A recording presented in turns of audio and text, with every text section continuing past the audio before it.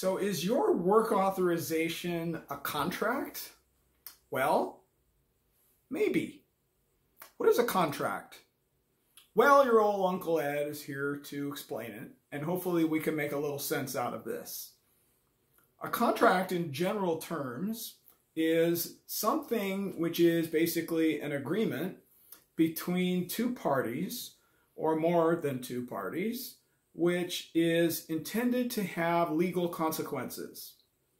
If we have a work authorization that does not explain that a customer is responsible for paying a certain amount of money, then there is an argument that it is not a contract because it does not convey that the customer intended for it to have legal consequences. So, as a general matter, courts will look to documents in order to decide whether or not they are contracts by looking to see if the parties are identified and if the obligations of the parties are explained in a reasonably definite and specific way. I want you to think of it like this. When you go into a restaurant and you place an order with a server, the server's going to write down your order on the ticket and take the ticket into the kitchen and present it to the chef. The chef is only going to prepare what's written on the ticket. If you order a steak and potatoes, but you forget to order the Brussels sprouts, you're just going to get the steak and potatoes and not the Brussels sprouts. Well, think of your contract in the same way. When you go to court and you present your contract to the judge or the jury, they're going to look at it in the way that a chef would look at a ticket in a kitchen and say, okay, what is on here that we are supposed to give this person? Your contract is kind of like your wish list of what you would want the court to give you in the event that you have a dispute with a customer.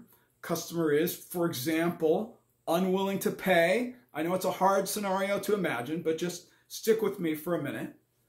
And the contract explains what the court is supposed to give you. The traditional work authorization says that the service provider is authorized to come in and perform the work, and that the policyholder is instructing the insurance company to make a check payable to the service provider. And if it says just work authorization on it, and it doesn't have any more terms to it, the typical policyholder interprets that to mean that they are not obligated to pay anything. I've only seen this happen a few hundred times in my practice. We're trying to collect money, and the people say, I had no idea you expected me to pay for this. I was just authorizing you to come in and do the work, and I was presuming that you were going to work for whatever amount the insurance company was willing to pay. So it's best, in my view, to have contracts that have the word contract in the title, or at least the word agreement in them, and never ever to refer to them as authorizations, but rather refer to them as contracts.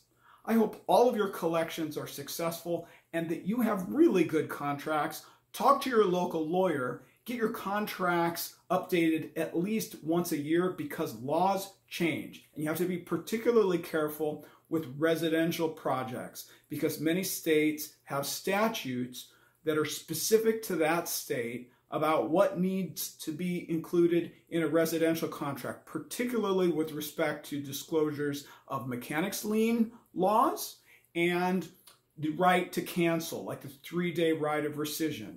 So make sure you're plugged in with a local lawyer who's well-versed in these things and stay up to speed on it. And I hope all of your ventures are prosperous. This is Uncle Ed saying goodbye for now.